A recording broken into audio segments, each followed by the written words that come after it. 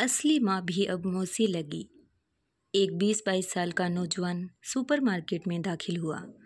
कुछ खरीदारी कर ही रहा था कि उसे महसूस हुआ कि कोई औरत उसका पीछा कर रही है, मगर उसने अपना शक समझते हुए नज़रअंदाज किया और खरीदारी में मसरूफ़ हो गया।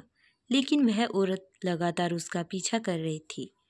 अब की बार उस नौजवान से रहा न गया। वह अचानक उस औरत की तरफ मुड़ा और पूछा, माँ जी, खैरियत है? औरत बोली, बेटा, आपकी शक्ल मेरे मरहूम बेटे से बहुत ज़्यादा मिलती जुलती है।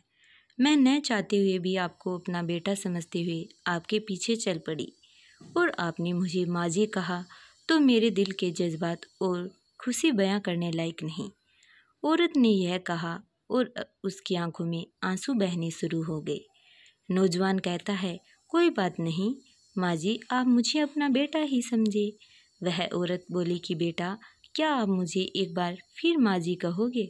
नौजवान ने ऊंची आवाज़ से कहा, जी माँ जी, पर उस औरत ने ऐसा बर्ताव किया जैसे उसने सुना ही ना हो। नौजवान ने फिर ऊंची आवाज़ में कहा, जी माँ जी।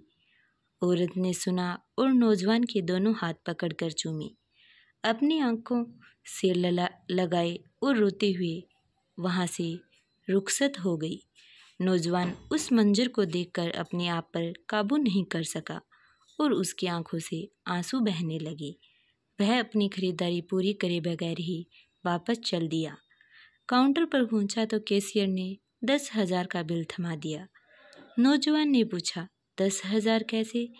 कैशियर ने कहा, 800 का बिल आपका है और 9,200 का आपकी माँ के हैं, जिन्हें आप अभी माँ जी कह रहे थे। वह दिन और आज का दिन नौजवान अपनी असली माँ को भी मौसी कहता है।